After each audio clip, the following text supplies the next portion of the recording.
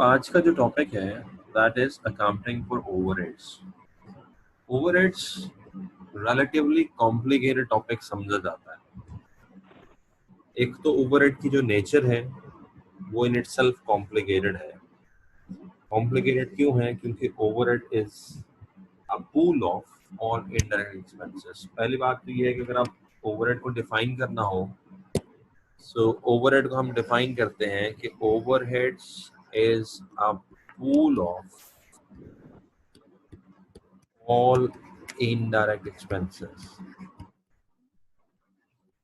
यानी कि अगर आप तमाम इनडायरेक्ट एक्सपेंसेस को इकट्ठा कर दें, जिसमें इनडायरेक्ट मटेरियल भी है, जिसमें इनडायरेक्ट लेबर भी है, जिसमें इसके अलावा इनडायरेक्ट एक्सपेंसेस हैं, डेप्रिसिएशन है, बिजली पानी गैस के बिल हैं, किराया है, तो अगर आप तमाम किस्म के इनडायरेक्ट एक्सपेंसेस को इकट्ठा कर दें तो उसका नाम, कलेक्टिव नाम क्या होगा? ओवरहेड। अब जो इनडायरेक्ट एक्सपेंसेस होते हैं, you know, by the nature they are not easily identifiable and traceable. Indirect expenses होते ही ऐसे हैं कि हम इनको आसानी से और इकोनॉमिकली ट्रेस नहीं कर सकते। तो अब जिनको तो हम ट्रेस कर सकते थे, लाइक एक प्रोडक्ट हम बनाते हैं, प्रोडक्ट ए, तो डायरेक्ट मटेरियल एक ऐसी चीज है जो डायरेक्टली ट्रेसेबल है, तो हम इसको तो स्ट्रेट चार्ज कर देते हैं प्रोडक्ट ए की कॉस्ट में। इसी तरीके से डायरेक्ट लेबर भी एक ऐसी कॉस्ट है जिसको हम आसानी से आइडेंटिफाई कर सकते हैं, तो इसको भी हम चार्ज कर देते हैं डायरेक्टली। अब तीसरी चीज है ओवरहेड्स।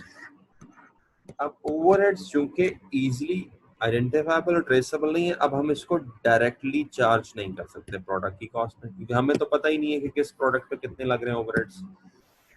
तो ओवरहेड्स को चार्ज करने की जब बात आती है तो हम ओवरहेड्स को इनडायरेक्टली चार्ज करते हैं प्रोडक्ट को, और यहाँ पे जो तरीका होता है ओवरहेड्स को चार्ज करने का वो हमने इस चैप्टर में सीखना है कि ओवरहेड्स जब हमें पता लग जाते हैं कि इतने ओवरहेड्स हैं पूरे साल के, तो फिर उन ओवरहेड्स को प्रोडक्ट की कॉस्ट में कैसे चार्ज करते हैं। सो ये चैप्टर सारा का सारा इसी के गिर्द घूमता है। हम ओवरहेड्स की एलोकेशन करेंगे, पोर्शनमेंट करेंगे, रीपोर्शनमेंट करेंगे, उसके बाद रेट निकालेंगे, फिर रेट को अप्लाई करेंगे, फिर अंडर ओवर अप्लाइड का कॉन्सेप्ट आ जाएगा। तो ये 4-5 जो कॉन्सेप्ट्स मैंने बोले हैं, बस ये हमें समझना है। So accounting for overheads is all about allocation, apportionment, reapportionment, overhead absorption rate, under over absorption and debit credit, जो भी एंट्रीज हैं। ये टॉपिक्स हैं, अगर हमें ये बात समझ आ जाती है हम विकेट पे चले जाएंगे और वहां से प्रैक्टिस कर लेंगे। तो ये जो लिखा हुआ है डायरेक्ट एक्सपेंसेस, इनडायरेक्ट एक्सपेंसेस, मैं इस बारे में मजीद बात नहीं करूंगा, हम ऑलरेडी जानते हैं। और अभी मैंने आपको बता दिया कि जो प्रोडक्शन ओवरहेड होंगे वो क्या होंगे? तमाम इनडायरेक्ट एक्सपेंसेस, चाहे वो इनडायरेक्ट मटेरियल हो, इनडायरेक्ट लेबर हो या इनडायरेक्ट एक्सपेंसेस हो। और ओवरहेड्स प्रोडक्शन के भी हो सकते हैं, एडमिनिस्ट्रेशन के भी हो सकते हैं, सेल्स और डिस्ट्रीब्यूशन के भी हो सकते हैं। अगर एक इनडायरेक्ट मटेरियल प्रोडक्शन में इस्तेमाल होता है तो प्रोडक्शन ओवरहेड होगा, अगर एक इनडायरेक्ट लेबर प्रोडक्शन में इस्तेमाल होती है तो प्रोडक्शन ओवरहेड होगा, अगर एक इनडायरेक्ट एक्सपेंस प्रोडक्शन में इस्तेमाल होगा तो प्रोडक्शन ओवरहेड। इसी तरीके से अगर एक इनडायरेक्ट मटेरियल एडमिनिस्ट्रेशन में इस्तेमाल होता है तो हम उसको एडमिनिस्ट्रेटिव ओवरहेड कहेंगे, अगर एक इनडायरेक्ट लेबर एडमिनिस्ट्रेशन में इस्तेमाल होगी तो हम उसको एडमिनिस्ट्रेशन ओवरहेड कहेंगे। इसी तरीके से अगर इनडायरेक्ट एक्सपेंसेस एडमिनिस्ट्रेशन में इन्वॉल्व होंगे तो बेसिकली ओवरहेड रहेंगे यही 3 चीजें। लेकिन ये 3 चीजें कहाँ लग रही हैं? अगर ये 3 चीजें प्रोडक्शन में लग रही हैं तो प्रोडक्शन ओवरहेड, एडमिनिस्ट्रेशन में लग रही है तो एडमिनिस्ट्रेशन ओवरहेड, नहीं तो distribution overhead. And by now you should understand, आपने क्लासिफिकेशन भी पढ़ी है तो अभी तक आपको ओवरहेड का आइडिया होना चाहिए। अब हमने सीखना क्या है? हमने सिर्फ ये सीखना है कि हमने ओवरहेड्स को प्रोडक्ट की कॉस्ट में एब्जॉर्ब करना है। ये हमारे ओवरहेड्स हैं, लेट्स से $1,00,000 के। मुझे सिर्फ ये सीखना है कि मैं एक प्रोडक्ट, अगर मेरे पास है, 2 प्रोडक्ट्स हैं, प्रोडक्ट ए और प्रोडक्ट बी, तो मुझे सिर्फ ये सीखना है कि मैं प्रोडक्ट ए की कॉस्ट में कितने ओवरहेड्स एब्जॉर्ब कराऊं और प्रोडक्ट बी की कॉस्ट में कितने ओवरहेड्स एब्जॉर्ब कराऊं। एब्जॉर्ब कराने का मतलब चार्ज करना है। तो ओवरहेड्स को हम कैसे चार्ज करते हैं प्रोडक्ट की कॉस्ट में, मुझे कैसे पता लगेगा कि 1 लाख रुपए का कौन सा पोर्शन मुझे प्रोडक्ट ए को चार्ज करना है, लाइक 10 रुपए चार्ज करने 1 लाख रुपए में से, और इसमें से कौन सा portion 1 unit of product B को चार्ज करना है। तो मटेरियल लेबर तो पता लग जाता है, अब हमें पता करना है कि ओवरहेड्स कितने एब्जॉर्ब कराने हैं। ये हमारा चैलेंज है इस चैप्टर में, और इसी पे ये सारा चैप्टर जो है वो बेस कर रहा है। अब इस चीज को जानने के लिए कि ओवरहेड हम कितने एब्जॉर्ब कराएंगे, ठीक है, उसके लिए हमें 3 स्टेजेस पे ये काम करना पड़ेगा। आपसे जो क्वेश्चन पूछा जा सकता है वो किसी भी स्टेज का पूछा जा सकता है। तो ओवर एब्जॉर्प्शन कॉस्टिंग की 3 स्टेजेस हैं। पहली स्टेज में आप ओवरहेड्स को एलोकेट करते हो और अपोर्शन करते हो to different cost centre. Allocation क्या होती है, अपोर्शनमेंट क्या होती है, मैं अभी इस पे बात करता हूँ। दूसरी स्टेज में आप रीअपोर्शनमेंट करते हो और तीसरी स्टेज में एब्जॉर्प्शन करते हो। अब आपने इन वर्ड्स पे ध्यान रखना है। एलोकेशन का एक वर्ड है, ये सीखना है हमने सेपरेटली। अपोर्शनमेंट का एक वर्ड है, ये सीखना है। रीअपोर्शनमेंट का एक वर्ड है, ये सीखना है। और absorption of overheads into product cost, ये हमने चारों को अलग-अलग सीखना है। तो हम सबसे पहले इन्हीं चारों पे बात करते हैं, एक क्वेश्चन के थ्रू बात करते हैं। एलोकेशन क्या होती है, तो एलोकेशन और अपोर्शनमेंट।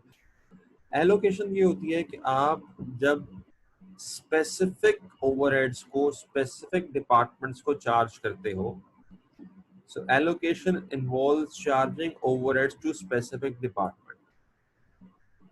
अब इसके लिए मैं आपको नीचे अगर ले जाऊं और मेरे पास अगर कोई क्वेश्चन आता है, तो मिसाल के तौर पर अगर ये एक क्वेश्चन है,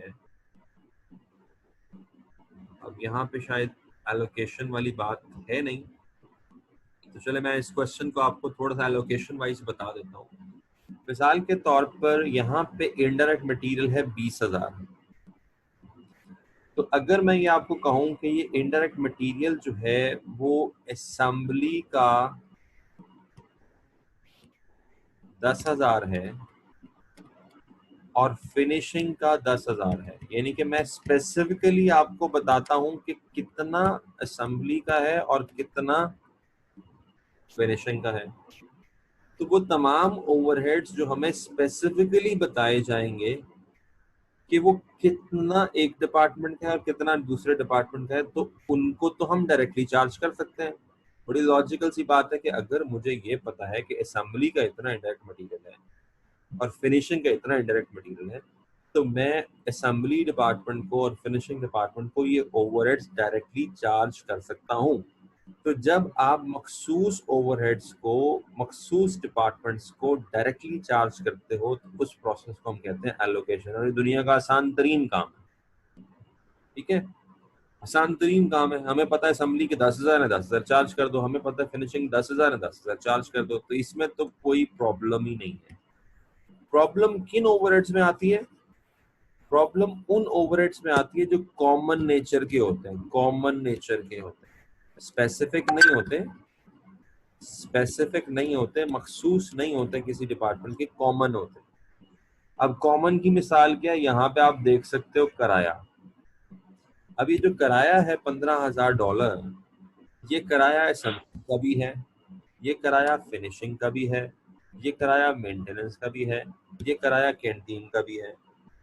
तो जब आपके सामने कोई कॉमन एक्सपेंस आ जाता है, तो अब हमारे लिए एक चैलेंज है कि कितना असेंबली को चार्ज करें, कितना फिनिशिंग को चार्ज करें। स्पेसिफिक का तो कोई चैलेंज नहीं है, स्पेसिफिक में तो आपने उस एक्सपेंस को डायरेक्टली उतना ही उसी डिपार्टमेंट को चार्ज कर देना है। बट कॉमन में प्रॉब्लम है कि आप कितना असेंबली को चार्ज करें, कितना फिनिशिंग को चार्ज करें। तो कॉमन एक्सपेंसेस की होती है अपोर्शनमेंट। तो जो अपोर्शनमेंट का वर्ड है, that is for common expenses. तो जब आप कॉमन एक्सपेंसेस के टुकड़े टुकड़े करते हो और कॉमन एक्सपेंसेस के पोर्शंस को चार्ज करते हो मुख्तलिफ डिपार्टमेंट्स को, तो उसको हम कहते हैं अपोर्शनमेंट। ठीक है, ऊपर अगर ये वर्ड मैं आपको जाके थोड़ा सा पढ़ा दूं वहां से, तो apportionment is when overheads relate to more than one specific department। जब overheads का ताल्लुक एक से ज्यादा डिपार्टमेंट से होता है, and when overheads are common, तो फिर हम एक मेथड यूज करते हैं apportionment का, और overheads के टुकड़े कर देते हैं और चार्ज कर देते हैं मुख्तलिफ डिपार्टमेंट को। अब यहाँ पे एक चीज बड़ी इंपॉर्टेंट है, और वो ये है कि हम apportionment जब करेंगे तो किस बुनियाद पे करेंगे। तो जब अपोर्शनमेंट की बात आती है तो फिर बेसिस ऑफ अपोर्शनमेंट की बात आती है कि अगर मैंने रेंट के हिस्से करने हैं, मैंने रेंट चार्ज करना है 4 डिपार्टमेंट्स को, तो किस बेस पे करूं। अगर मैंने बिजली का बिल चार्ज करना है डिपार्टमेंट्स को, तो किस बेस पे करूं। तो बेस क्या होगी।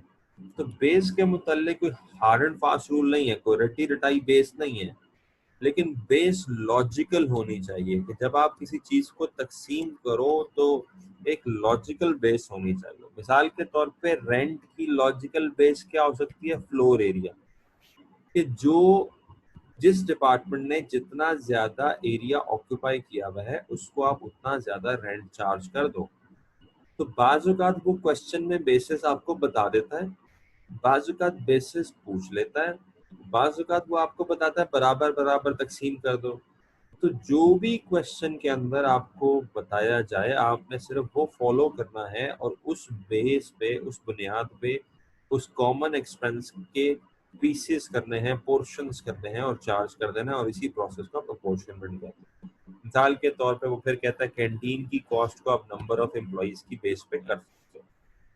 अब जो सवाल मैं आपको दिखा रहा था जिसमें हमने रेंट की बात की थी, तो है जी, नीचे क्या वो कहती है? कहता है कि फॉलोइंग इंफॉर्मेशन इज अवेलेबल, और इस इंफॉर्मेशन में वो आपको कौन सी इंफॉर्मेशन दे रहा है, वो आपको बता रहा है कि एरिया इतना है।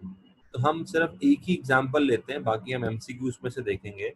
तो अगर मुझे उसने रेंट बता दिया और अगर उसने मुझे एरिया बता दिया, तो अब मैं रेंट के पोर्शंस कर सकता हूँ। तो रेंट के पोर्शंस में कैसे करूंगा, मैं 15,000 के रेंट को मल्टीप्लाई बाय 1000 डिवाइडेड बाय 4000। मैंने क्या किया, मैंने देखा कि असेंबली ने कितना एरिया ऑक्यूपाई किया हुआ है और मैंने देखा कि टोटल एरिया कितना था। तो 1/4000, 1/4 यानी कि 25% ऑफ द रेंट हम किसको चार्ज कर देंगे, असेंबली को चार्ज कर देंगे। और 15,000 का कौन सा पोर्शन मुझे चार्ज करना है फिनिशिंग को, 2000/4000। 15,000 का कौन सा पोर्शन मुझे चार्ज करना है मेंटेनेंस को, 500/4000। 15,000 का कौन सा पोर्शन मुझे चार्ज करना है कैंटीन को, 500/4000। तो ये जो भी अमाउंट्स हमारे सामने आएंगी वो हम चार्ज कर देंगे असेंबली को, फिनिशिंग को, मेंटेनेंस को, कैंटीन को। तो इस प्रोसेस को हम क्या कह रहे हैं, इस प्रोसेस को हम अपोर्शनमेंट कह रहे हैं। तो नीचे अगर आप इसका सोल्यूशन देख लो तो आप देखोगे कि ये टेबल सा बनेगा कि हमने इनडायरेक्ट मटेरियल को चार्ज करना है, हमने रेंट को चार्ज करना है, हमने इलेक्ट्रिसिटी को चार्ज करना है, और कैसे करना है, किसी ना किसी बेस पे करना है। वो बेस कौन सी है, जिस तरह अभी मैं रेंट की बात कर रहा था, एरिया ऑक्यूपाइड बेस दी हुई थी। तो अभी आप नीचे देखो कि यहाँ पे एरिया के हिसाब से 15,000 जो टोटल रेंट था उसमें से 3,750 असेंबली को चार्ज हो गया, 7,500 फिनिशिंग को चार्ज हो गया, 1,875 मेंटेनेंस को चार्ज हो गया और 1,875 कैंटीन को चार्ज हो गया। तो जब आप एक कॉमन एक्सपेंस को मुख्तलिफ डिपार्टमेंट्स को चार्ज करते हो, तो इस प्रोसेस को हम कहते हैं अपोर्शनमेंट। तो अगर वो आपको एमसीक्यू में अपोर्शन करने को कहे तो आपने जो बेस उसने दी हुई है सवाल में, उस बेस को यूज करते हुए अपोर्शनमेंट करनी है। बाज़ औक़ात बेस में कंफ्यूजन हो जाती है, बेस को आपको खुद चूज करना पड़ता है। तो अगेन आपने कनेक्शन देखना है कि जिस बेस को आप यूज कर रहे हो उसका कनेक्शन होना चाहिए। मिसाल के तौर पर अब आप रेंट को किलोवाट आवर्स की बेस पे तो नहीं अपोर्शन करोगे, क्योंकि किलोवाट आवर्स का ताल्लुक तो इलेक्ट्रिसिटी से है। इसी तरीके से मशीन डेप्रिसिएशन को एरिया की बेस पे नहीं करोगे, क्योंकि मशीन डेप्रिसिएशन का ताल्लुक तो मशीन की वैल्यू से है। तो आप देखो कनेक्शन क्या है। रेंट का कनेक्शन एरिया से बनता है, बिजली का कनेक्शन किलोवाट आवर से बनता है या यूनिट्स कंज्यूम से बनता है, मशीन डेप्रिसिएशन का कनेक्शन मशीन वैल्यू से बनता है। तो बस ज्यादा से ज्यादा आपने ये ख्याल करना है कि जब आप एक कॉमन एक्सपेंस को अपोर्शन करोगे तो उस अपोर्शनमेंट की लॉजिकल बेस होनी चाहिए। तो दो चीजें हमने सीख ली, एक एलोकेशन और दूसरी अपोर्शनमेंट। अब जो तीसरी चीज है ओवरहेड्स के मुतालिक जो ज्यादा एमसीक्यूज में आती है उसको हम कहते हैं रीअपोर्शनमेंट। ठीक है, उसको हम कहते हैं रीअपोर्शनमेंट। अच्छा, पहले तो आप ये समझो कि रीअपोर्शनमेंट क्यों कहते हैं। तो अभी आप अगर इस टेबल को हम एक दफा नजर मार लें तो जब हमने पहले दो स्टेप्स कर लिए, पहले दो स्टेप से मुराद क्या है, हमने एलोकेशन भी कर ली, हमने अपोर्शनमेंट भी कर लिया। तो आप ये देखो कि असेंबली का टोटल यहाँ पे आ जाएगा, फिनिशिंग का टोटल आ जाएगा, मेंटेनेंस का टोटल आ जाएगा और कैंटीन का टोटल आ जाएगा। ठीक है, अब इसमें से जो दो डिपार्टमेंट्स हैं वो हैं प्रोडक्शन डिपार्टमेंट्स। असेंबली और फिनिशिंग में प्रोडक्शन होती है, और जो दूसरे दो डिपार्टमेंट्स हैं वो है सर्विस डिपार्टमेंट्स। तो एक मैन्युफैक्चरिंग बिजनेस में सारे के सारे प्रोडक्शन डिपार्टमेंट्स नहीं होते, बल्कि कुछ डिपार्टमेंट सपोर्ट डिपार्टमेंट्स होते हैं, वो सपोर्ट प्रोवाइड कर रहे होते हैं, सर्विस प्रोवाइड कर रहे होते हैं प्रोडक्शन डिपार्टमेंट्स को। अब यहाँ पे समझने वाली बात यह है कि जो आउटपुट आ रही होती है, जो यूनिट्स प्रोड्यूस हो रहे होते हैं, वो तो सिर्फ प्रोडक्शन डिपार्टमेंट से हो रहे होते हैं, लाइक असेंबली और फिनिशिंग चीजें बनाने में इन्वॉल्व है। मेंटेनेंस वाले और कैंटीन वाले चीजें बना नहीं रहे, बल्कि चीजें बनाने में मदद कर रहे हैं किसी ना किसी हवाले से। तो अब हमें ये करना है कि जितने भी ओवरहेड्स मेंटेनेंस के हैं इसको भी चार्ज करना है, किसको, प्रोडक्शन को, असेंबली को और फिनिशिंग को। तो जब आप किसी सर्विस डिपार्टमेंट के ओवरहेड्स को चार्ज करते हो प्रोडक्शन डिपार्टमेंट्स को, तो इस प्रोसेस को कहते हैं रीअपोर्शनमेंट। रीअपोर्शनमेंट इसलिए कहते हैं कि एक दफा पहले आपने अपोर्शनमेंट की, उसके बाद आपने दोबारा की। पहले तो आपने की तमाम डिपार्टमेंट्स को, दोबारा जब की तो सिर्फ सर्विस से आपने ओवरहेड्स चार्ज करने हैं प्रोडक्शन डिपार्टमेंट्स को।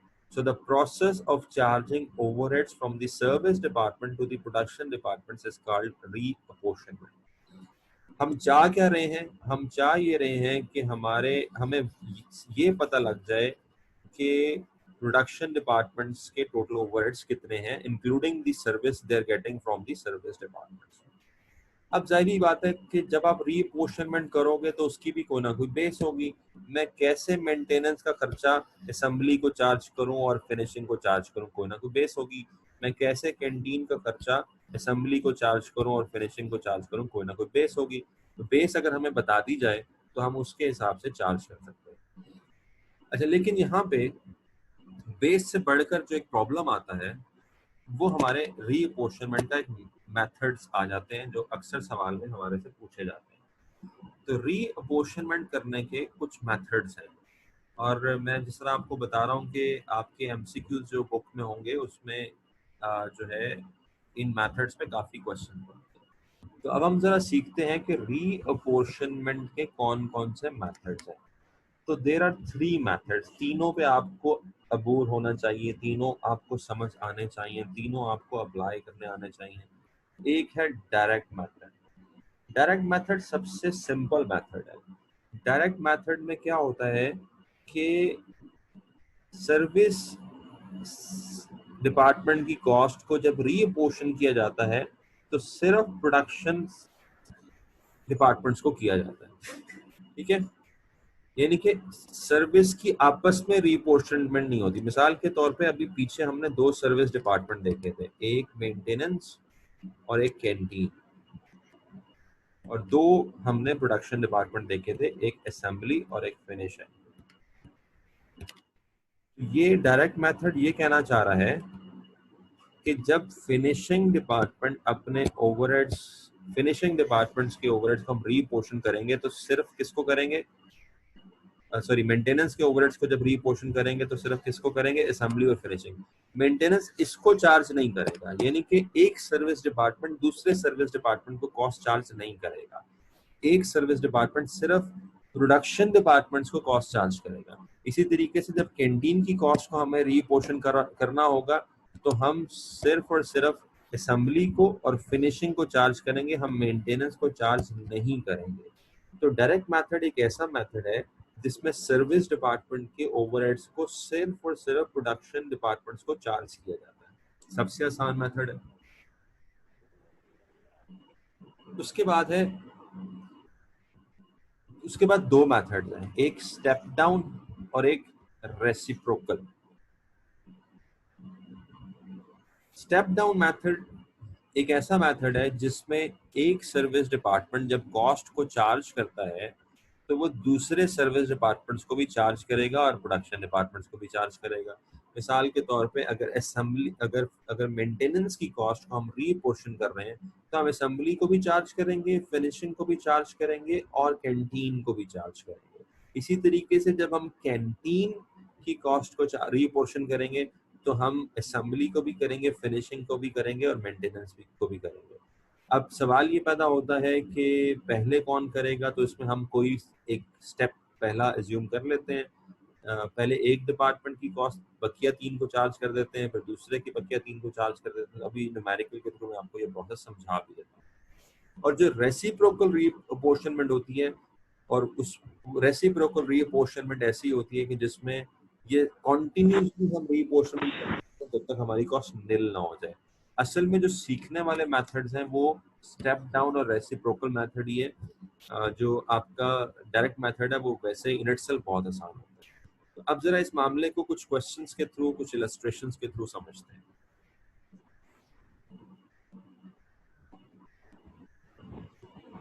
तो जिस तरीके से हमने ऊपर जो क्वेश्चन हम लेके चल रहे थे, जो एग्जाम्पल हम लेके चल रहे थे, तो जब हमने एलोकेशन और अपोर्शनमेंट कर ली तो उस एलोकेशन और अपोर्शनमेंट के नतीजे में हमारे पास ये ओवरहेड्स आ गए।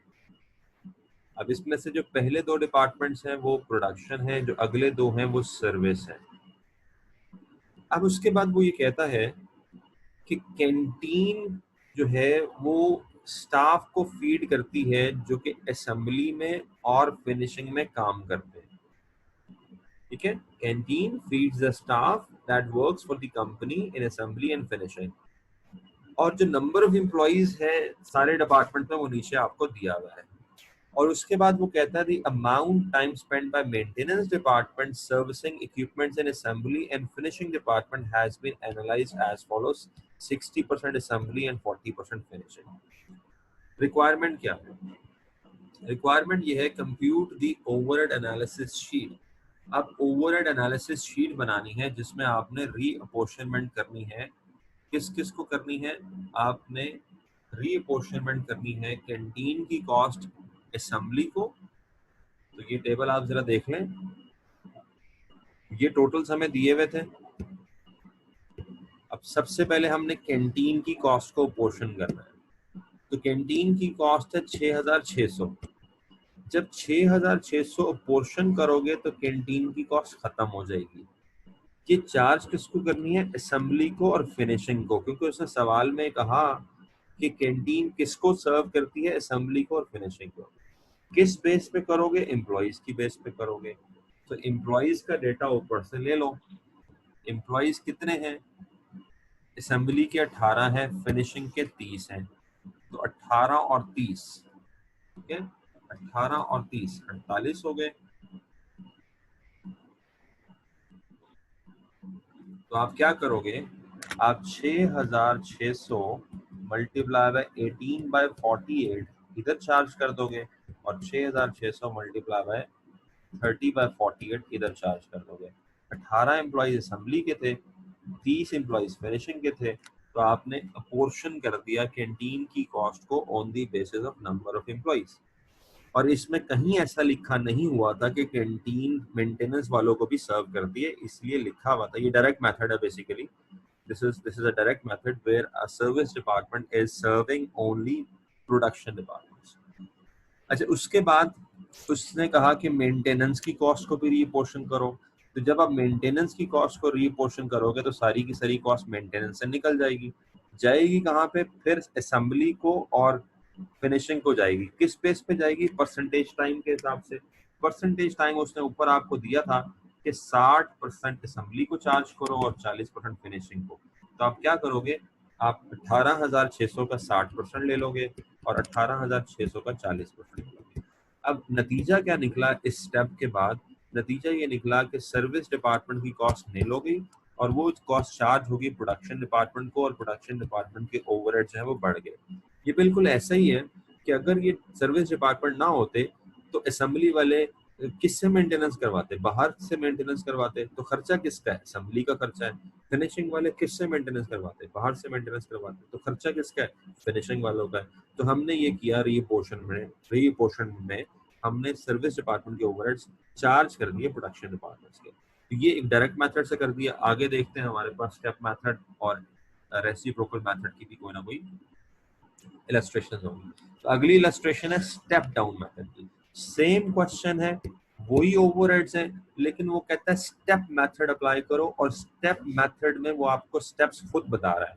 सबसे पहला स्टेप ये है कि कैंटीन अब फीड कर रही है मेंटेनेंस को भी, फिनिशिंग को भी, असेंबली को भी, और मेंटेनेंस जो है वो do not provide support to the canteen equipment. तो ये उसने जब स्टेप मेथड आएगा ना तो वो खुद आपको बताएगा, वो स्टेप खुद आपको बताएगा, और उसके अंदर वो बताएगा कि एक सर्विस डिपार्टमेंट पहले स्टेप में दूसरे को सर्विसेज दे रहा है, लेकिन दूसरे स्टेप में दूसरा डिपार्टमेंट पहले को सर्विस नहीं देगा, क्योंकि अगर वो ऐसा करेगा तो वो कॉस्ट कभी भी नील नहीं होगी। अब इस बात को समझने के लिए हम आगे चलते हैं। तो अब आप यहाँ पे ये देखो और केयरफुली देखो कि सबसे पहला स्टेप क्या हो सकता है। पहला स्टेप ये भी हो सकता था कि मेंटेनेंस की कॉस्ट चार्ज करो, पहला स्टेप ये भी हो सकता था कि कैंटीन की कॉस्ट चार्ज करो। ये बड़ा इंपॉर्टेंट होता है कि पहले हमने किसकी कॉस्ट चार्ज करनी है। तो क्वेश्चन के मुताबिक पहले हमने कैंटीन की कॉस्ट चार्ज करनी है। तो कैंटीन की कॉस्ट जब आप चार्ज करोगे तो कैंटीन की कॉस्ट हो जाएगी नील। और इस दफा वो कह रहा है किस किस को चार्ज करनी है, असेंबली को, फिनिशिंग को और मेंटेनेंस को। अब नंबर ऑफ एम्प्लॉइज हमने पहले काउंट किए थे, 18 एम्प्लॉइज थे असेंबली के, 30 एम्प्लॉइज थे फिनिशिंग के, और इस दफा हम मेंटेनेंस के एम्प्लॉइज को भी कंसिडर करेंगे। तो मेंटेनेंस के एम्प्लॉइज हैं 12। अब ये टोटल एम्प्लॉइज कितने बन जाते हैं? 48, 50 और 60। तो 18/60, 30/60 और 12/60 ये कॉस्ट आप चार्ज कर दोगे तीनों डिपार्टमेंट्स को। और ये कॉस्ट कितनी बनती है? ये कॉस्ट बनती है 1980, 330, 3300 और 1320। ये आपका हो गया पहला स्टेप। ठीक है, ये आपको हो गया पहला स्टेप। अब दूसरे स्टेप के तौर पे वो कहता है कि आपने मेंटेनेंस की कॉस्ट चार्ज करनी है। अब मेंटेनेंस की कॉस्ट पहले इतनी थी, मजीद इतनी आ गई है, टोटल मेंटेनेंस की कॉस्ट इतनी हो गई है। और मेंटेनेंस की कॉस्ट की दफा उसने कहा कि मेंटेनेंस कैंटीन को सर्विस नहीं प्रोवाइड करता। ये वाहिद फर्क होगा स्टेप मेथड में और रेसिप्रोकल मेथड में। अगर ये रेसिप्रोकल मेथड होता तो मेंटेनेंस कैंटीन को सर्विस देता, कैंटीन मेंटेनेंस को देता, मेंटेनेंस कैंटीन को देता, कैंटीन सर्विस को देता, मेंटेनेंस कैंटीन को देता। ये एक दूसरे को रेसिप्रोकेट करते रहते और हम भी कॉस्ट को एलोकेट रीपोर्शन करते रहते जब तक जीरो ना हो जाए। स्टेप में ऐसा नहीं होता। स्टेप में पहले स्टेप में तो एक सर्विस वाला दूसरे को सर्विस देता है, लेकिन दूसरे स्टेप में चूंकि हमने कहानी खत्म करनी होती है इसलिए दूसरा सर्विस वाला पहले को सर्विस नहीं देता। ये स्टेप्स होते ही ऐसे हैं। तो अब हमने मेंटेनेंस की कॉस्ट को कैंटीन को चार्ज नहीं करना, बल्कि मेंटेनेंस की कॉस्ट को चार्ज कर देना है सिर्फ असेंबली को 60% और फिनिशिंग को 40%। तो जब हमने स्टेप मेथड अप्लाई किया तो हमारे पास जो आंसर्स आए वो थोड़े से डिफरेंट आए, क्योंकि ये डिफरेंट मेथड है। और रेसिप्रोकल कैसे करना है? रेसिप्रोकल के लिए अगर अगली मिसाल आती है तो मैं आपको बता देता हूँ, अदरवाइज रेसिप्रोकल मेथड काफी लेबोरियस मेथड। और ये जो टेस्ट अंडरस्टैंडिंग 1 है ये रीअपोर्शनमेंट का ही सवाल है।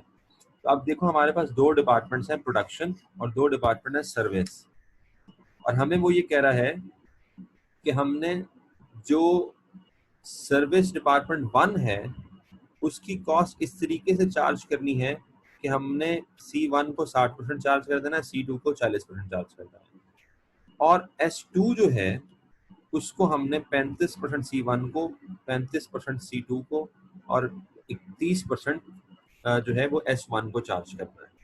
ठीक है, ये हमारे पास जो है परसेंटेजेस दी हुई हैं, percentages of cost centre S1 and percentages of cost centre S2। सवाल क्या पूछा जा रहा है हमारे से, after the reapportionment of service cost centre has been carried, what is the total overhead production cost center C1? C1 की total cost क्या होगी अगर हम ये रीपोर्शनमेंट्स करते हैं? तो इस सवाल को करने के लिए आप कैसे करोगे, जरा एक हल्की फुल्की कैलकुलेशन करें और इसका आंसर निकालें और फिर मैं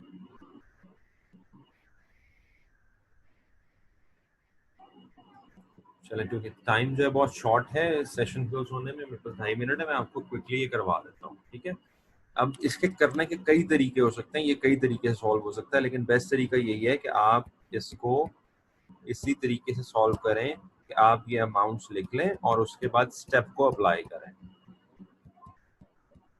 तो सबसे पहले आप वो वाला स्टेप अप्लाई करें जिसमें एक सर्विस डिपार्टमेंट दूसरे सर्विस डिपार्टमेंट को कॉस्ट चार्ज कर रहा है, और उसमें आप आइडेंटिफाई करो कि सिर्फ S2 एक ऐसा डिपार्टमेंट है जो S1 को कॉस्ट चार्ज कर रहा है, S1 S2 को कॉस्ट चार्ज नहीं कर रहा, तो आप इसको स्टेप 1 के तौर पे लो। तो जब इसको स्टेप 1 के तौर पे लोगे तो 8000 S2 की कॉस्ट है, इसका 35% आप चार्ज कर दोगे किसको, C1 को, और इसका 35% C2 को चार्ज कर दोगे, और इसका 30% जो है वो आप चार्ज कर दोगे S1 को। तो ये हमारा एक स्टेप कंप्लीट हो गया, ठीक है। अब दूसरा स्टेप हमारा ये है कि हमने यहाँ से S1 की कॉस्ट को, जो कि 9500 और 2400 बढ़ गई, इस कॉस्ट को जो कि 11900 है, अब किसको चार्ज करना है, C1 C2 को। C1 को कितना चार्ज करना है, 60%। तो 11900 का मैं 60% ले लेता हूँ, ये 7140 बनेगा, और अगर मैं 11900 का 40% ले लेता हूँ तो ये 4760 बनेगा। अब चूंकि उसने सवाल मेरे से C1 का पूछा था, तो मैं जब इसको जमा करूंगा 12,000 प्लस 2800 प्लस 7140, तो ये आंसर आ जाएगा 21,940। और अगर मेरे से वो C2 का जवाब पूछता तो 17,000 प्लस 2800 प्लस 4760, तो उसका जवाब होता 24,560, ठीक है। तो ये इस वक्त आंसर इसका सी है। अब यहाँ से हम आगे चलते हैं, और ये अब रेसिप्रोकल रीअपोर्शनमेंट है। ये वैसे रेयर आएगा क्योंकि रेसिप्रोकल काफी लंबा हो जाता है, बट रेसिप्रोकल की मिसाल मैं आपको दिखा देता हूँ, और वही सारी इंफॉर्मेशन है, लेकिन मैं जरा आपको टेबल से दिखाता हूँ कि रेसिप्रोकल अरेंजमेंट कैसे होती है, रेसिप्रोकल रीअपोर्शनमेंट कैसे होती है। तो देखें, रेसिप्रोकल में क्या होगा, एक दूसरे को अपोर्शन कर रहा होगा, दूसरा पहले को, और ये सिलसिला चलता रहेगा। स्टेप में तो सिलसिला हम रोक देते हैं ना, सेकंड स्टेप में हम सिलसिला रोक देते हैं। मिसाल के तौर पे अगर कैंटीन ने मेंटेनेंस को दिया है तो मेंटेनेंस कैंटीन को सर्व नहीं कर रहा, तो स्टेप में तो दूसरे स्टेप में ऑटोमेटिकली मसला खत्म हो जाता है। लेकिन अब यहाँ पे जरा देखिएगा कि सबसे पहले हम कैंटीन की कॉस्ट को किसको चार्ज करें, असेंबली को, फिनिशिंग को, मेंटेनेंस को। उसके बाद मेंटेनेंस की कॉस्ट को किसको चार्ज कर रहे हैं, असेंबली को, फिनिशिंग को और कैंटीन को। तो कैंटीन के पास फिर कॉस्ट आ गई, और फिर अब इस कैंटीन की कॉस्ट को जब चार्ज करेंगे तो फिर असेंबली, फिनिशिंग और मेंटेनेंस के पास फिर कॉस्ट आ गई। फिर मेंटेनेंस की कॉस्ट खत्म करते हैं तो कैंटीन के पास आ जाती है, कैंटीन की खत्म करते हैं तो मेंटेनेंस के पास आ जाती है, मेंटेनेंस की खत्म करते हैं कैंटीन के पास आ जाती है, कैंटीन की खत्म करते हैं। जब आप ये मुसलसल करते रहेंगे और रेसिप्रोकल करते रहेंगे, कॉन्टिन्यूसली करते रहेंगे, तो फिर एक वक्त आएगा कि ये जीरो हो जाएगी। अब 0.00 या 0.5 में जाने की जरूरत नहीं है, जब ये 1 से नीचे आ जाए तो इसको आप खुद ही खत्म कर दें। सो रेसिप्रोकल रीअपोर्शनमेंट एक ऐसा मेथड है जिसमें एक सर्विस दूसरे सर्विस वाले को, दूसरा सर्विस पहले सर्विस वाले को अपोर्शन करता है। अगेन बेस वही होगी, कैंटीन की नंबर ऑफ एम्प्लॉइज, मेंटेनेंस की परसेंटेजेस, और हम उस तरीके से इसको रीअपोर्शन करते रहेंगे और अल्टीमेटली ये जीरो हो जाएगी। अब हम डायरेक्ट मेथड यूज करते हैं तो आंसर डिफरेंट आएगा, स्टेप यूज करते हैं आंसर डिफरेंट आएगा, रेसिप्रोकल यूज करते हैं आंसर डिफरेंट आएगा। अब रेसिप्रोकल का इस सारे प्रोसेस से बचने के लिए, ये बड़ा लंबा प्रोसेस है, अगर ये एग्जाम में आता है तो ये तो बड़ा लंबा चौड़ा टेबल बनाना पड़ जाएगा। तो इसका एक शॉर्टकट है, शॉर्टकट जरूर है लेकिन टेक्निकल है, और वो ये है कि हम इसको इक्वेशंस के थ्रू इस मसले को हल करें। तो साइमल्टेनियस इक्वेशंस यूज करते हुए हम रेसिप्रोकल रीअपोर्शनमेंट कर सकते हैं यूजिंग साइमल्टेनियस इक्वेशंस। और साइमल्टेनियस इक्वेशन से हमारा मसला कौन सा हल होगा कि हम ऐसी साइमल्टेनियस इक्वेशंस बनाएंगे, और उसको अभी मैं आपको बनाना सिखा देता हूँ किस तरह बनाएंगे। लेकिन उस साइमल्टेनियस इक्वेशंस के जवाब में जो हमारे पास आंसर आएगा वो ये आएगा कि अगर ये आपस में रेसिप्रोकल आपस में ये करते हैं रीअपोर्शनमेंट, तो वो सारा कुछ करने के बाद मेंटेनेंस की फाइनल कॉस्ट क्या होगी और कैंटीन की कॉस्ट क्या होगी। तो साइमल्टेनियस इक्वेशंस के थ्रू हम मेंटेनेंस की और कैंटीन की फाइनल कॉस्ट निकाल लेंगे और फिर उसको एक ही दफा हम अपोर्शन करेंगे फिनिशिंग को और असेंबली को। तो रेसिप्रोकेट कैसे करना है इक्वेशन के थ्रू, वो अब आप जरा समझ लें, क्योंकि अक्सर एमसीक्यूज इसी से बन रहे होते हैं। तो उसके लिए हम यहाँ पे दो इक्वेशंस बना रहे हैं, ठीक है, हम यहाँ पे दो इक्वेशंस बना रहे हैं, और दो इक्वेशंस कैसे बनेंगी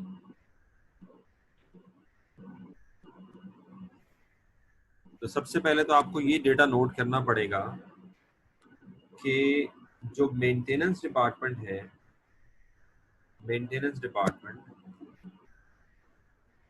वो सर्विस दे रहा है असेंबली को, फिनिशिंग को, कैंटीन को।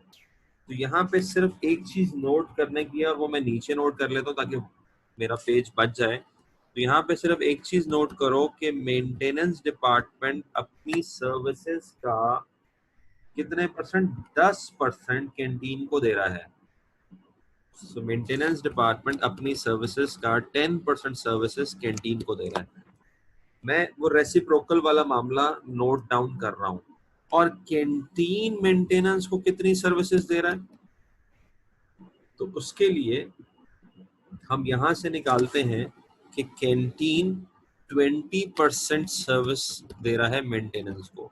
कैसे, ये मैंने कैसे निकाल लिया, ऊपर तो परसेंटेज दी हुई थी, यहाँ कैसे निकाल लिया। तो यहाँ मैंने देखा कि कैंटीन 18 एम्प्लॉइज असेंबली के सर्व करता है, 30 एम्प्लॉइज फिनिशिंग के सर्व करता है और 12 मेंटेनेंस के सर्व करता है। तो ये परसेंटेजेस में जब निकालोगे तो ये 20% बनता है मेंटेनेंस। अब ये दो बहुत इंपॉर्टेंट पीसेस ऑफ इंफॉर्मेशन है जिसकी बेस पे हमारी इक्वेशन बननी है। ये इन्फॉर्मेशन क्या है कि मेंटेनेंस वाले 10% सर्विसेज कैंटीन को देते हैं और कैंटीन वाले 20% सर्विसेज मेंटेनेंस को देते हैं। और जब ऊपर हमने टेबल बनाया था तो हम रेसिप्रोकेट करते गए थे जब तक ये जीरो ना हो जाए। लेकिन अब हमने ये मामला इक्वेशन के थ्रू हल करना है। तो इक्वेशन कैसे बनेगी, इक्वेशन अब ऐसे बनेगी। तो सबसे पहले मैं बनाता हूँ मेंटेनेंस की इक्वेशन, ठीक है। तो अब ये इक्वेशन इस तरीके से बनेगी कि मेंटेनेंस की अपनी कॉस्ट 18,600 है, राइट, आई रिपीट, मेंटेनेंस की अपनी कॉस्ट 18,600 है, और मेंटेनेंस को 20% कॉस्ट कहाँ से रिसीव हो रही है, कैंटीन से। ये मुझे कहाँ से पता लगा, ये मुझे यहाँ से पता लगा कि कैंटीन अपनी कॉस्ट का 20% कॉस्ट मेंटेनेंस को चार्ज करता है। तो 20% कॉस्ट मेंटेनेंस को आ रही है कैंटीन की तरफ से। ये ना बाज़ का पढ़ने में और लिखने में उलट हो जाता है, अक्सर स्टूडेंट ये करेंगे यहाँ पे गलती कि वो इस इक्वेशन को यूं लिखेंगे m is equal to 18,600 plus 10% of canteen, वो यूं लिख देंगे क्योंकि उनकी नजर पड़ेगी यहाँ पे कि मेंटेनेंस को 10% कॉस्ट कैंटीन से आ रही है, जबकि ये उलट है। ऊपर हमने क्या कहा था कि कैंटीन अपनी कॉस्ट का 20% कॉस्ट मेंटेनेंस को दे रहा है और मेंटेनेंस अपनी कॉस्ट का 10% कॉस्ट कैंटीन को दे रहा है।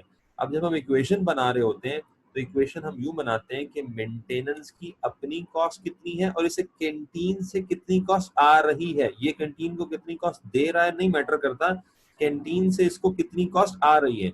तो कैंटीन से इसको 20% कॉस्ट आ रही है, इसलिए यहाँ पे जो राइट इक्वेशन होगी वो 20% सी होगा, यानी कि 0.20 सी। इसको अगर हमने जरा और अच्छे तरीके से लिखना है तो इसको हम लिखेंगे 0.20 सी। अब जब मैं कैंटीन की इक्वेशन बनाऊंगा तो ये बनेगी 6600 प्लस कैंटीन को मेंटेनेंस से कितनी कॉस्ट आ रही है, तो वो है 10% कॉस्ट आ रही है कैंटीन को मेंटेनेंस से। तो ये आपने बहुत केयरफुली इक्वेशन बनाते वक्त लिखना है, जो कॉस्ट रिसीव हो रही है, जितने परसेंट कॉस्ट रिसीव हो रही है वो लिखना है, ना कि वो कॉस्ट जो आप दे रहे हो। एक तो ये ख्याल रखना है। तो जब ये दो इक्वेशन आप बना लोगे, तो अब हमने इन साइमल्टेनियस इक्वेशंस को सॉल्व करना है।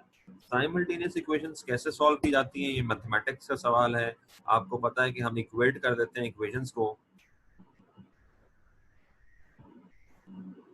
हम इन दोनों इक्वेशंस को इक्वेट कर देंगे और इसमें सी और एम की वैल्यू कैलकुलेट करने की कोशिश करेंगे।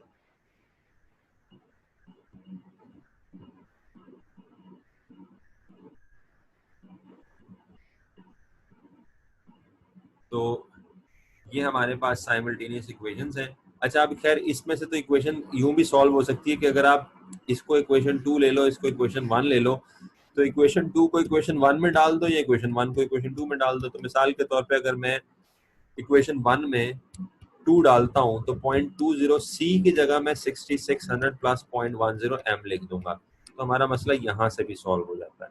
तो जब मैं इन इक्वेशंस को सॉल्व करता हूँ, तो मेरे पास m की वैल्यू आ जाती है और c की वैल्यू आ जाती है, और ये m की वैल्यू मेरे पास आती है 20,327 और c की वैल्यू एज पर दिस मेरे पास आ जाती है 8,633। 8,633। तो आपसे वो क्वेश्चंस में ये चीज कैलकुलेट करवा सकता है कि आप इक्वेशन बनाओ, रेसिप्रोकल जो अरेंजमेंट है उसकी इक्वेशन बनाओ। इक्वेशन बनाने के बाद आप दोनों सर्विस डिपार्टमेंट्स के टोटल ओवरहेड्स बताओ। तो अब हमने ये कहा कि मेंटेनेंस के after getting cost from the canteen ये कॉस्ट है, और कैंटीन की cost after getting cost from the maintenance ये कॉस्ट है। जब हम ये काम कर लेते हैं तो फिर हम इसको आसानी से चार्ज कर सकते हैं असेंबली को और फिनिशिंग को, क्योंकि वो जो रेसिप्रोकल वाला मामला था वो अब हमने सॉल्व कर लिया। और अब मजीद आपस में इन्होंने नहीं खेलना। अब ये नहीं होना कि मेंटेनेंस कैंटीन को देगा, कैंटीन मेंटेनेंस को देगी। अब ये जो मेंटेनेंस की कॉस्ट है ये आपने फिनिश असेंबली और फिनिशिंग को चार्ज कर देनी है, और ये जो कैंटीन की कॉस्ट है ये भी आपने असेंबली और फिनिशिंग को चार्ज कर देनी है as per the percentage given. तो ये क्वेश्चन फिर बाद में आसान हो जाता है। तो वो सारा टेबल बनाने की बजाय what you need to do, you have to use equations. अच्छा, अब इसमें सबसे बड़ा जो आर्ट है वो इक्वेशन बनाना है। लिहाजा मैं ये आपको टेस्ट अंडरस्टैंडिंग दिखा रहा हूँ, तो आई वुड लाइक कि आप मेरे साथ इक्वेशन बनाओ, बल्कि मेरे से पहले इक्वेशन बनाओ। तो इसमें आप देखो कि alpha beta gamma 3 production departments हैं और एम और पी 2 सर्विस डिपार्टमेंट्स हैं।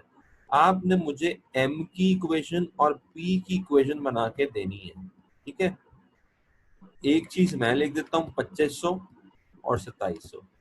आपने मुझे बताना है जमा कितने परसेंट पी और जमा कितने परसेंट एम, ये आपने मुझे बताना है, ठीक है। तो यहाँ पे मैं क्या लिखूं और यहाँ पे क्या लिखूं। तो अगर आप इक्वेशन बना लेते हो तो आपका आधा मसला हल हो जाता है। So I will wait for your answer. Question पढ़ो और मुझे बताओ आंसर। एम में मैं कितने परसेंट लिखूं? दो ही पॉसिबिलिटीज हो सकती हैं, या 25% लिखूंगा या 20% लिखूंगा। अब आप क्या कहते हैं, क्या लिखूं? m equals 2500 plus dash p। Answer is either 25 और 20। अब आपने बताना है 20 लिखूं या 20। से बता दो, बताओगे मैं आगे चला जाऊंगा, अदरवाइज हम तो यहीं फंसे रहेंगे। 20 आएगा। 12 बताइएगा फिर। 20 आएगा सर, 20 20 पी। जी बिल्कुल, आपने ठीक बताया, 20 आएगा। अब ये कैसे पता लग रहा है 20 आएगा? तो देखो, मैंने आपको कहा था यहाँ पे m को जो p से रिसीव हो रहा है वो आएगा। देखो अब यहाँ पे लिखा हुआ है कि p अपनी कॉस्ट का 25% अल्फा को देता है, 25% बीटा को देता है, 30% गामा को देता है और 20% m को देता है। तो m कितने परसेंट कॉस्ट p से रिसीव कर रहा है? 20%। और पीएम से कितने कॉस्ट परसेंट कॉस्ट रिसीव कर रहा है, 25%। यही एक वाहिद कंफ्यूजन होती है जिसमें स्टूडेंट उलट कर देता है। इसको बड़े गौर से स्क्रिप्ट कर लो तो आपको कभी भी इक्वेशन में प्रॉब्लम नहीं होगा। आपने वो कॉस्ट लेनी है जो वो डिपार्टमेंट रिसीव कर रहा है दूसरे डिपार्टमेंट से। अच्छा, अब ये दो इक्वेशंस बना ली। अब जरा मुझे फटाफट इन दो इक्वेशन से एम की और पी की वैल्यू भी निकाल के दे दो। दो इक्वेशंस मैंने आपको बता दी, 0.20 पी और 0.25 एम। अब एम की और पी की वैल्यू भी निकालो। उसके लिए क्या करोगे, एक इक्वेशन को दूसरी इक्वेशन में इंसर्ट कर दो और उसको सॉल्व करो। एम की वैल्यू आ जाएगी, पी की वैल्यू आ जाएगी।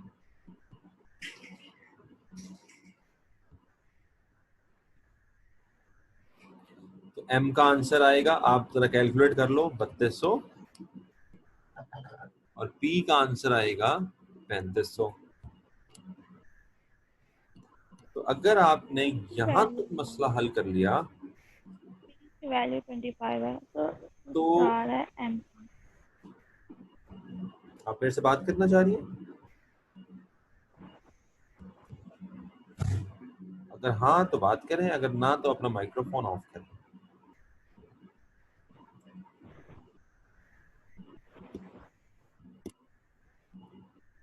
ओके, अब ये आ गया आपके पास 3200 और 3500। ठीक है। अच्छा, अब जब हम ये निकाल लेते हैं, मैं नीचे अब आपको यहाँ पे लिख के बताता हूँ कि मैं क्या लिखूंगा। मैं यहाँ लिखूंगा 3000, यहाँ लिखूंगा 4000, यहाँ लिखूंगा 2000, एम में लिखूंगा 3200, पी में लिखूंगा 3500। क्योंकि मैं इक्वेशंस के थ्रू वो सारा प्रोसेस कर चुका हूं जिसमें एम पी को कॉस्ट देता है, पी एम को देता है, एम पी को देता है, वो मैं कर करा के मैं एम की और पी की कॉस्ट निकाल। अब मुझे सिर्फ ये करना है कि अब मुझे एम की कॉस्ट को खत्म करना है और इसकी कॉस्ट का 20%, 30% और 25% अल्फा बीटा गैमा को चार्ज कर देना है। तो 3200 टाइम्स 20%, ये इसको चार्ज हो गया। 3200 टाइम्स 30%, ये बीटा को चार्ज हो गया। और 3200 टाइम्स 25%, ये गैमा को चार्ज हो गया। एम की कॉस्ट खत्म हो गई। फिर पी की कॉस्ट को मैंने खत्म करना है और इसका 25%, 25% और 30% मैंने चार्ज कर देना है। तो 3500 का 25% 875 और 25% 875 और 30% 1050।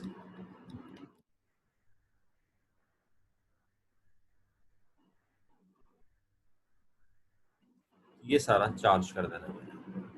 जब आप ये चार्ज करोगे तो यू विल एंड अप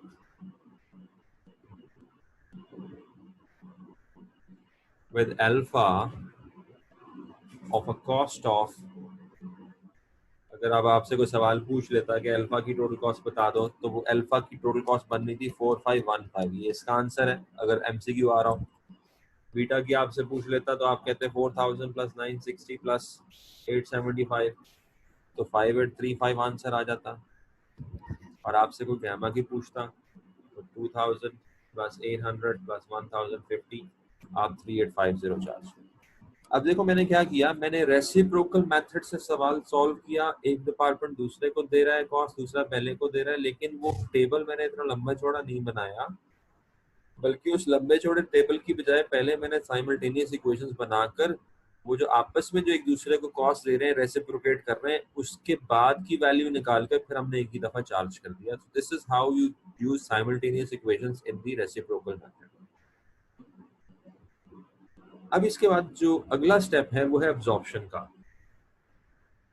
जब आप ओवरहेड्स को एलोकेट कर लेते हो, पोर्शन कर लेते हो और रीपोर्शन कर लेते हो, और आपके पास अब सिर्फ प्रोडक्शन डिपार्टमेंट्स के ओवरहेड्स बच जाते हैं, अब आपने उन प्रोडक्शन डिपार्टमेंट के ओवरहेड्स को चार्ज करना है प्रोडक्शन डिपार्टमेंट की आउटपुट पे। यानी कि अब आखिरी मरला ये है कि हमने उन ओवरहेड्स को प्रोडक्ट की कॉस्ट में डालना है।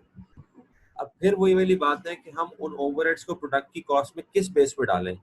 हम यूनिट प्रोड्यूस की बेस पे डाल सकते हैं, हम मशीन आर रेट की बेस पे डाल सकते हैं, हम लेबर आर रेट की बेस पे चार्ज कर सकते हैं, हम percentage of prime cost, there are so many basis जिसकी बेस पे हम ओवरहेड की कॉस्ट को एब्जॉर्ब कर सकते हैं। इसमें जो सबसे कॉमनली यूज बेस है, जो सबसे ज्यादा यूज होती है, वो है मशीन आर और लेबर आर। अगर आपका काम मशीन इंटेंसिव है तो आप मशीन आर बेस यूज करोगे, अगर आपका काम लेबर इंटेंसिव है तो आप लेबर आर बेस यूज करोगे। अब जो भी बेस आप यूज करते हो तो आपको कैलकुलेट क्या करना पड़ेगा, आपको एक रेट कैलकुलेट करना पड़ेगा। तो अब हमारी जो अगली लर्निंग है वो ये है कि हमारे से ऐसे सवाल पूछे जा सकते हैं जिसमें वो हमें रेट निकालने को कहे। तो अगर वो हमें रेट निकालने को कहता है तो उसका फॉर्मूला ये है, budgeted overheads divided by budgeted total of absorption basis. अब एब्जॉर्प्शन बेस मैंने आपको कहा कोई भी हो सकती है, तो अगर ये लेबर आवर्स हैं तो हमने टोटल लेबर आवर्स लेने हैं। यानी कि अगर एक डिपार्टमेंट में टोटल $1,00,000 के ओवरहेड्स लगे हैं और उसमें 10,000 घंटे काम हुआ है, तो हमारा जो रेट होगा वो 10 पर आवर होगा। तो सबसे पहले ओवरहेड को एब्जॉर्ब करने के लिए हम उसका एब्जॉर्प्शन रेट निकालते हैं, और रेट निकालते हैं by dividing overheads with the base. अब जब आपने इसका रेट निकाल लिया, ठीक है, ये देखें लास्ट में लिखा हुआ है कि most commonly use base labour hour और मशीन आर होती है।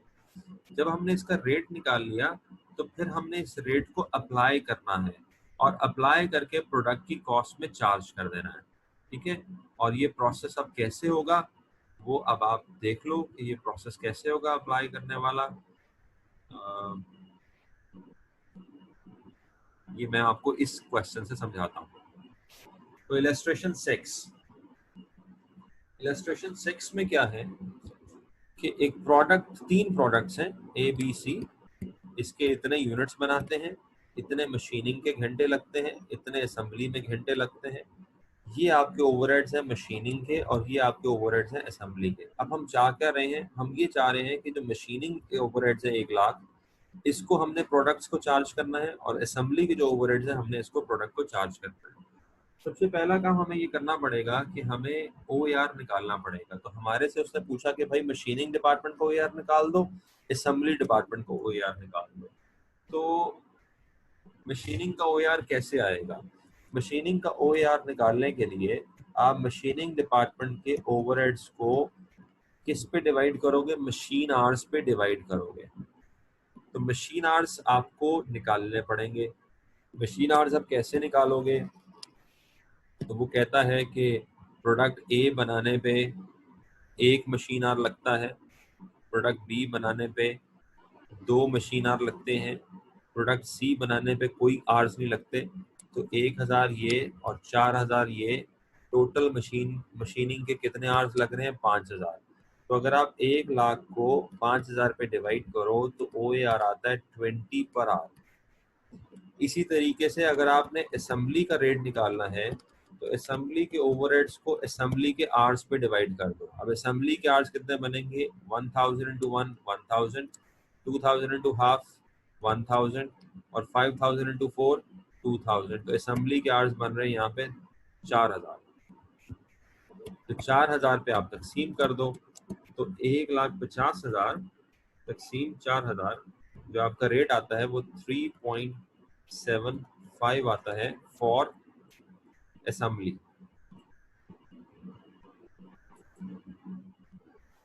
ठीक है, ये आपसे उसने OAR के बारे में पूछा।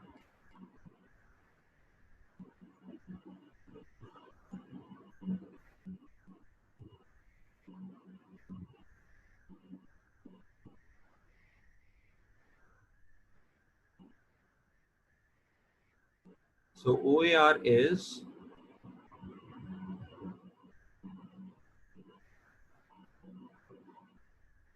20 for machining department, 37.5 for assembly department. और अगर हम ब्लैंकेट OAR निकालें, ब्लैंकेट OAR का मतलब होता है पूरी कंपनी का। तो अगर आप पूरी कंपनी का ओवरहेड निकालना चाहते हैं तो आप दोनों डिपार्टमेंट्स के ओवरहेड्स को प्लस कर दें, और उसके बाद आप उसको डिवाइड कर दें टोटल नंबर ऑफ आवर से, तो ब्लैंकेट ओवरहेड रेट भी निकल आएगा। लेकिन उससे अगला जो सवाल है दैट इज वेरी इंपॉर्टेंट, और वो ये है कि प्रोडक्ट बी को आपने कितना चार्ज करना है, प्रोडक्ट बी को आपने कितनी कॉस्ट चार्ज करनी है। अच्छा, अब इसके लिए आपको देखना पड़ेगा, इसके लिए आपको देखना पड़ेगा कि प्रोडक्ट बी पे कितने आवर्स लगते हैं मशीनिंग के और कितने आवर्स लगते हैं असेंबली पे। रेट हम पहले निकाल चुके हैं, मशीनिंग का रेट 20 है, असेंबली का रेट 37.5 है। तो ऊपर जब हम डेटा देखते हैं तो डेटे के मुताबिक प्रोडक्ट बी पे 2 मशीन के घंटे लगते हैं और आधा असेंबली का घंटा लगता है। तो 2 मशीन के घंटे और आधा असेंबली का घंटा।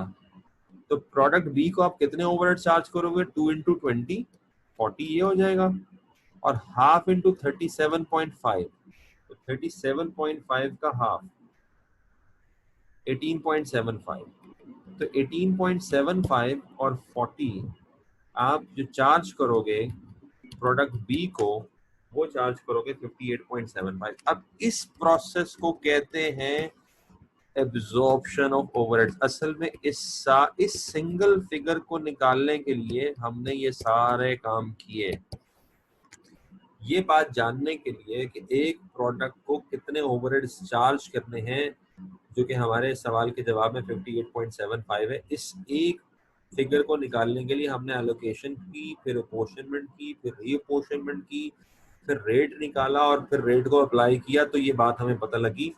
तो अब वो जो शुरू में मैंने बात की थी कि ओवरहेड्स एब्जॉर्प्शन कॉस्टिंग के और ओवरहेड एब्जॉर्प्शन के 4 स्टेप्स होते हैं। 4 स्टेप्स के बाद जाके आपको ये पता लगता है कि एक यूनिट में आपने क्या कॉस्ट चार्ज करनी है किसी भी प्रोडक्ट के। तो ये बड़ा लंबा सा प्रोसेस है। तो अक्सर सवाल OAR से बनते हैं कि OAR निकाल दो, अप्लाई कर दो, फिर इसके बाद अंडर ओवर एब्जॉर्प्शन की भी एक बात आ जाती है। तो बहुत ज्यादा सवाल यहाँ से बनते हैं।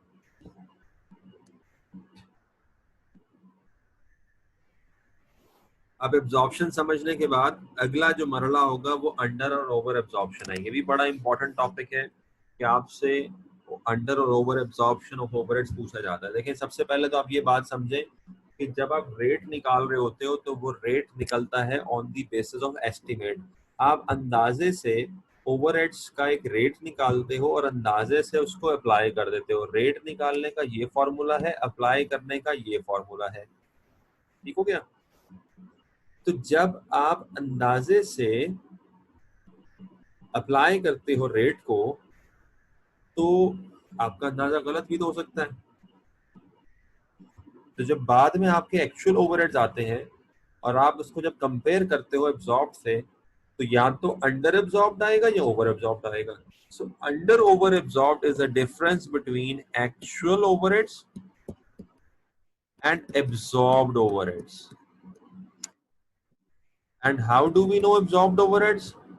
By multiplying OAR with actual activity. And how do we calculate OAR?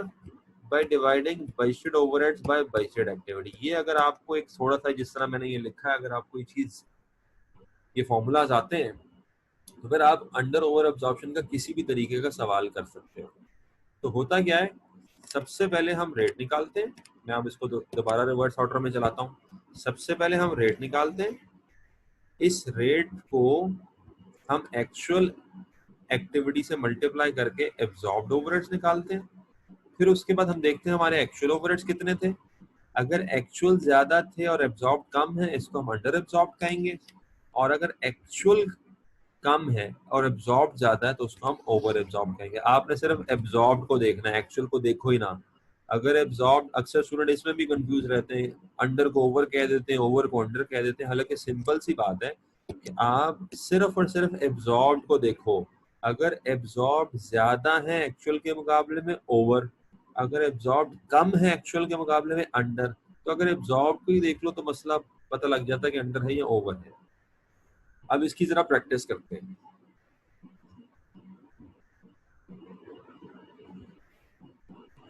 छोटा सा सवाल है, ये डेटा है related to Laura limited.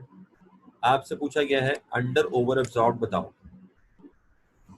Under over absorb निकालने के लिए सबसे पहली फिगर मुझे चाहिए एक्चुअल ओवरहेड्स। एक्चुअल ओवरहेड्स इस सवाल में है 90,000। दूसरी फिगर मुझे चाहिए एब्जॉर्ब्ड ओवरहेड्स।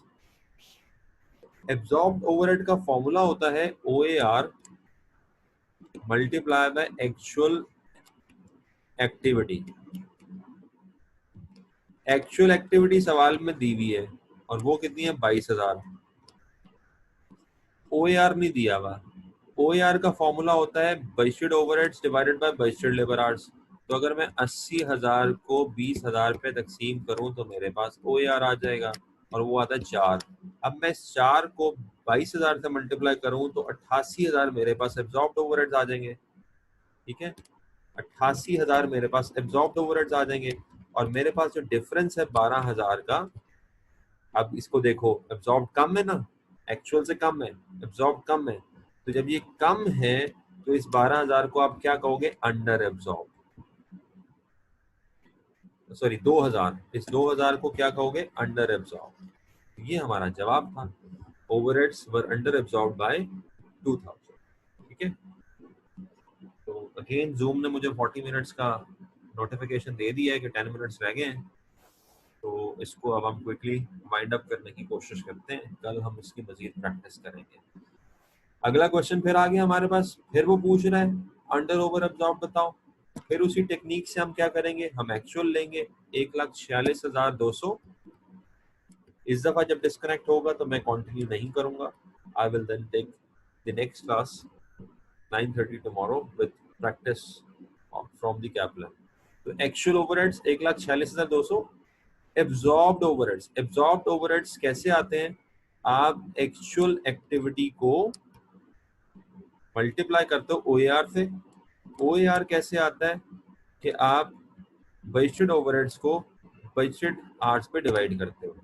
तो 1,46,200 माइनस 1,48,750 8,500, ये रेट आ गया 17.5 मल्टीप्लाई बाय 7,928 138,740। ये एब्जॉर्ब्ड ओवरहेड्स है, माइनस 1,46,200 माइनस 138,740, आंसर आता है 7,460।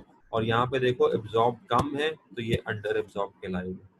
ये बड़ी एक इम्पॉर्टेंट कैलकुलेशन है और इसके अंदर कॉम्प्लिकेशन से कॉम्प्लिकेशन आ सकती है, वर्किंग बैकवर्ड भी आ सकता है।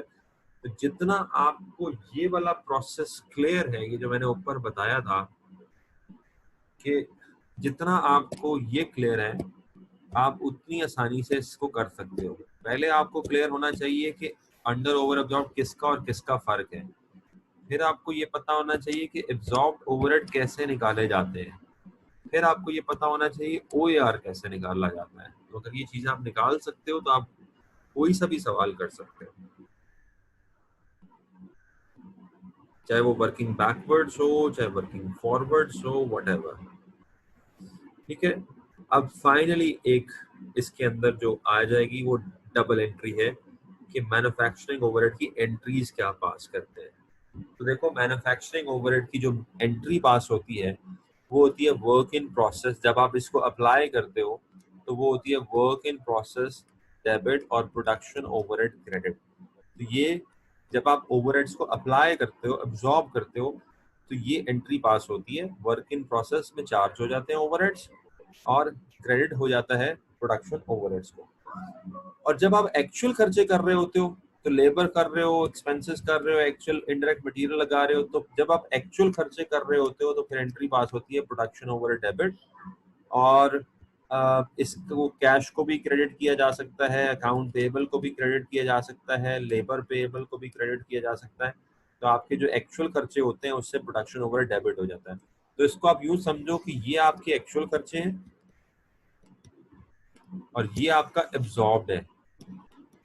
तो आप इसको यूं समझो कि प्रोडक्शन ओवरहेड की डेबिट पे एक्चुअल एक्सपेंसेस होते हैं, क्रेडिट पे एब्जॉर्ब होते हैं, अप्लाइड होते हैं।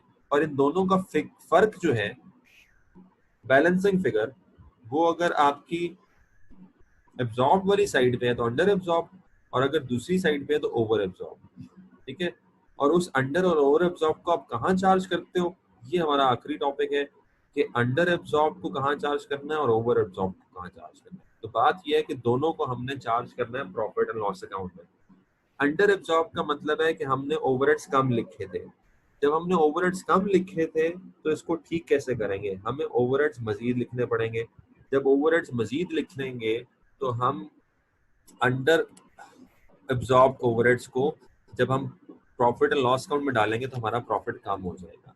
तो अंडर एब्जॉर्ब हो या ओवर एब्जॉर्ब हो, इससे आपका प्रॉफिट अंडर एब्जॉर्ब से, जब आप अंडर एब्जॉर्ब चार्ज करोगे प्रॉफिट कम हो जाएगा, और जब आप ओवर एब्जॉर्ब चार्ज करोगे तो प्रॉफिट ज्यादा हो जाएगा। So that's the end of the chapter. और इसमें हमने कवर कर लिया जो ओवरहेड्स का कॉन्सेप्ट है, और उसके बाद जो सारा प्रोसेस है एलोकेशन, अपोर्शनमेंट, रीअपोर्शनमेंट, एब्जॉर्प्शन का, और फिर अंडर ओवर एब्जॉर्ब का कॉन्सेप्ट